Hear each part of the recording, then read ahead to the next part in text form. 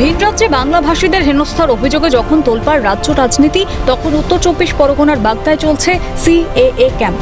বিজেপির তরফে কনিয়ারা 2 নম্বর গ্রাম পঞ্চায়েতের চুয়াটিয়া বাজারে এই ক্যাম্পের ব্যবস্থা করা হয়। যারা বহু বছর আগে বাংলাদেশ, পাকিস্তান সহ অন্যান্য দেশ থেকে ভারতে এসে বসবাস করছেন, যাদের আধার, ভোটার কার্ড নেই, নাগরিকত্ব পাওয়ার আশায় সিএএতে আবেদনের জন্য ক্যাম্পে ভিড় জমান বহু মানুষ।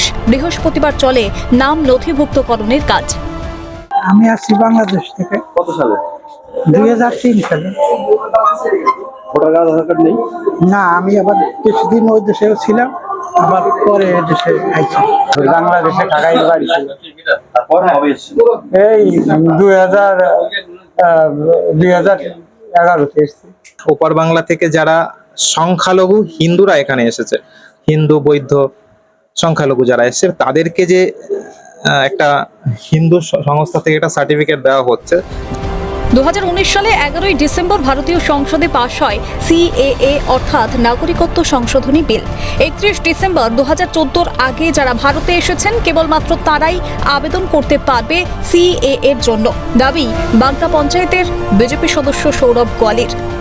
2014 31 ডিসেম্বর এর ভিতরে যারা ভারতে এসছেন পাকিস্তান, আফগানিস্তান, বাংলাদেশ থেকে, তারা মোটামুটি নাগরিকত্বের আবেদন করেছে।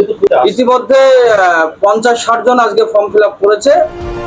বিরোধীদের এই উদ্যোগকে নির্বাচনের আগে আইওয়াশ বলে কটাক্ষ তৃণমূলের।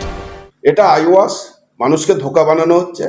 এই নাগরিকত্বের আবেদন আবার নতুন করে বিজেপি বাংলার মাটিতে ওরা যে পাপ করেছে সেই পাপের প্রায়শ্চিত্ত করবার জন্য মানুষকে নতুন করে ধোঁকা দিচ্ছে।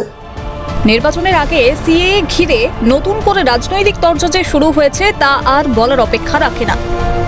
উত্তর চব্বিশ পরগনা থেকে জ্যোতির্ময় চক্রবর্তীর রিপোর্ট, ক্যালকাটা নিউজ।